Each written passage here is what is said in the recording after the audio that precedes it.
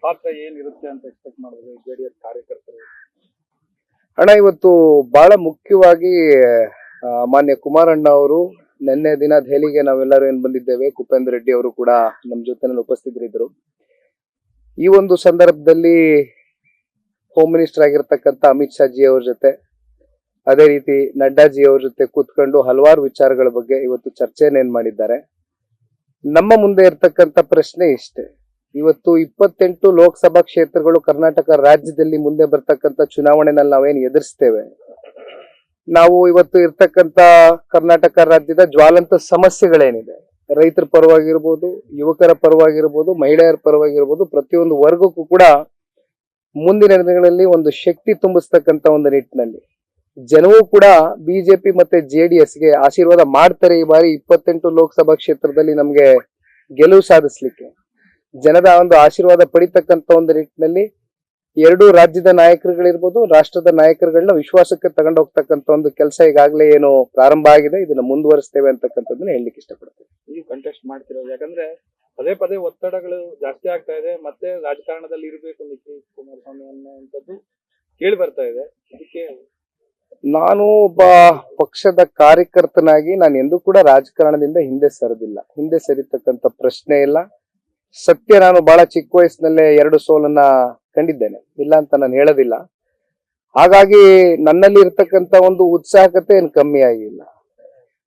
ನಾನು ಒಂದು ಪ್ರಾದೇಶಿಕ ಪಕ್ಷವನ್ನ ಮಾನ್ಯ ದೇವೇಗೌಡರು ಸಾಹೇಬ್ರೇನು ಕಟ್ಟಿ ಬೆಳೆಸಿದ್ದಾರೆ, ಅದನ್ನ ಅತ್ಯಂತ ಯಶಸ್ವಿಯಾಗಿ ಮಾನ್ಯ ಕುಮಾರಣ್ಣ ಅವರು ಏನು ಅವರು 20 ತಿಂಗಳ ಒಂದು ಸರ್ಕಾರದ ಅವಧಿ ಇರ್ಬೋದು, 14 ತಿಂಗಳ ಸರ್ಕಾರದ ಅವಧಿ ಇರ್ಬೋದು, ಅವರು ಕೊಟ್ಟಿರ್ತಕ್ಕಂಥ ಜನಪರವಾದಂತ ಕಾರ್ಯಕ್ರಮಗಳು, ಯೋಜನೆಗಳು ಇವೆಲ್ಲ ನಮ್ಮಂತ ಯುವಕರುಗಳಿಗೆ ಸ್ಫೂರ್ತಿ. ಹಾಗಾಗಿ ಚುನಾವಣೆಯಲ್ಲಿ ಗೆಲುವು ಸೋಲು ಅಂತಕ್ಕಂಥದ್ದು ಸರ್ವೇ ಸಾಮಾನ್ಯ. ಇದನ್ನ ನಾನು ಅತ್ಯಂತ ಮನಸ್ಸಿಗೆ ತಗೊಂಡು ಮನೆಯಲ್ಲಿ ಕೂರ್ತಕ್ಕಂಥ ವ್ಯಕ್ತಿತ್ವ ಅಲ್ಲ. ನನ್ನ ಒಂದು ಪಕ್ಷದ ಜವಾಬ್ದಾರಿ ಏನಿದೆ ನಾನು ಅರ್ತಿದ್ದೇನೆ.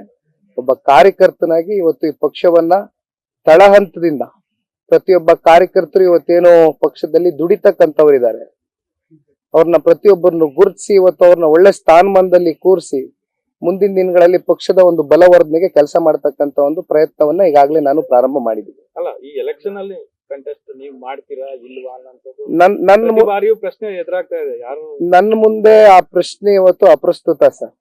ಯಾಕೆಂದ್ರೆ ನನ್ನ ಮುಂದೆ ಇರ್ತಕ್ಕಂಥದ್ದು ತಮಗೆ ಗೊತ್ತಿದ್ದಂಗೆ 2019 ಲೋಕಸಭಾ ಚುನಾವಣೆ ಯಾವ ರೀತಿ ನಡೀತು ಅಂತಕ್ಕಂಥದ್ದು ಇಡೀ ರಾಜ್ಯದ ಜನತೆ ನೋಡಿದ್ದಾರೆ.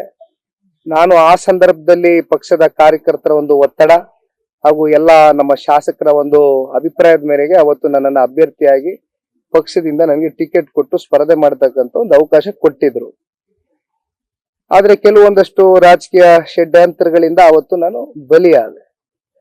ಅದ್ರ ಬಗ್ಗೆ ನಾನು ಚರ್ಚೆ ಮಾಡೋದಕ್ಕೆ ಹೋಗೋದಿಲ್ಲ, ಯಾಕೆಂದ್ರೆ ಮುಂದೆ ಏನಾಗಬೇಕು ಅದ್ರ ಬಗ್ಗೆ ನಾವು ಚರ್ಚೆ ಮಾಡ್ತಕ್ಕಂಥ ಸೂಕ್ತ. ಆದ್ರೆ ಇವತ್ತು ನಮ್ಮ ಮುಂದೆ ಇರ್ತಕ್ಕಂಥ ಪ್ರಶ್ನೆ, ಇತ್ತೀಚೆಗಷ್ಟೇ JP ಭವನದಲ್ಲಿ ಕೋಲಾರ ಲೋಕಸಭಾ ಕ್ಷೇತ್ರಕ್ಕೆ ಸಂಬಂಧಪಟ್ಟಂತ 8 ವಿಧಾನಸಭಾ ಕ್ಷೇತ್ರ ಇರ್ಬೋದು, ಮಂಡ್ಯದ 8 ವಿಧಾನಸಭಾ ಕ್ಷೇತ್ರದ ಎಲ್ಲ ಅಭ್ಯರ್ಥಿಗಳು, ಮುಖಂಡರುಗಳು, ಕಾರ್ಯಕರ್ತರು ಒಟ್ಟಿಗೆ ಸುಮಾರು 10 ಗಂಟೆಗಳ ಕಾಲ ಸತತವಾಗಿ ಪ್ರತಿನಿತ್ಯ ಸಭೆಯನ್ನ ಮಾಡಿದ್ದೇನೆ.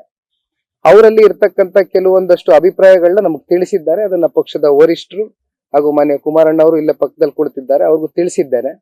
ಹಾಗಾಗಿ ಮುಂದೆ ಪಕ್ಷ ಯಾವ ರೀತಿ ತೀರ್ಮಾನ ತಗೊಳ್ಬೇಕು ಅಂತಕ್ಕಂಥದ್ದು ಪಕ್ಷದ ಮೇಲೆ ಬಿಟ್ಟಿರ್ತಕ್ಕಂಥ ವಿಚಾರ. ಈಗಾಗಲೇ ನೀವು 2 ಬಾರಿ ಏನ್ ಸೋಲನ್ನು ಅನುಭವಿಸಿದ್ರಿ, ಇದರಿಂದಾಗಿ ನಿಖಿಲ್ ಕುಮಾರಸ್ವಾಮಿ ಅವರ ರಾಜಕೀಯ ಭವಿಷ್ಯ ಎಲ್ಲೋ ಒಂದು ಕಡೆ ಕೆಳಮಟ್ಟದಲ್ಲಾಗ್ತಾ ಇದೆ ಅನ್ನುವಂಥದ್ದನ್ನ ನಿಮ್ಮ ಕಾರ್ಯಕರ್ತರೇ ವ್ಯಕ್ತಪಡಿಸ್ತಾ ಇದೆ. ಸೊ ನಿಮ್ಮ ಕಾರ್ಯಕರ್ತರ ಒತ್ತಡದ ಮೇರೆಗೆ ಈ ಬಾರಿ ಏನಾದ್ರು ಸ್ಪರ್ಧೆ ಮಾಡುವಂತ ಸೋಲು ಅಂತಕ್ಕಂಥದ್ದು ಅಣ್ಣ, ನಾನು ಈಗ ತಾನೇ ಮಾತನಾಡಬೇಕಾದ್ರೆ ಹೇಳ್ತಾ ಇದ್ದೆ, ಬಹುತೇಕ ಬಹಳ ಜನ ದೊಡ್ಡ ದೊಡ್ಡ ನಾಯಕರುಗಳು ಇವತ್ತು ದೇಶವನ್ನ ಆಡಳಿತ ಮಾಡಿರ್ತಕ್ಕಂಥ ದೊಡ್ಡ ದೊಡ್ಡ ನಾಯಕರುಗಳೇ ಸೋಲನ್ನು ಕಂಡಿರ್ತಕ್ಕಂಥದ್ದು. ಹಾಗನ್ ಮಾತ್ರಕ್ಕೆ ಇವತ್ತು ನಾವು ಮನೆಯಲ್ಲಿ ಕೂತ್ಕೊಳ್ತಕ್ಕಂಥ ವ್ಯಕ್ತಿತ್ವ ಅಲ್ಲ. ತಾವೆಲ್ಲ ಗಮನಿಸಿದೀರಿ, ನಮ್ ಕುಟುಂಬ ಎಂದೂ ಕೂಡ ಜನಗಳ ಮಧ್ಯೆ ಇರ್ತಕ್ಕಂಥ ಒಂದು ಕುಟುಂಬ. ಕಷ್ಟ ಸುಖದಲ್ಲಿ ನಾವೆಂದೂ ಕೂಡ ಜನಗಳ ಜೊತೆ ಭಾಗಿಯಾಗಿದ್ದೇವೆ.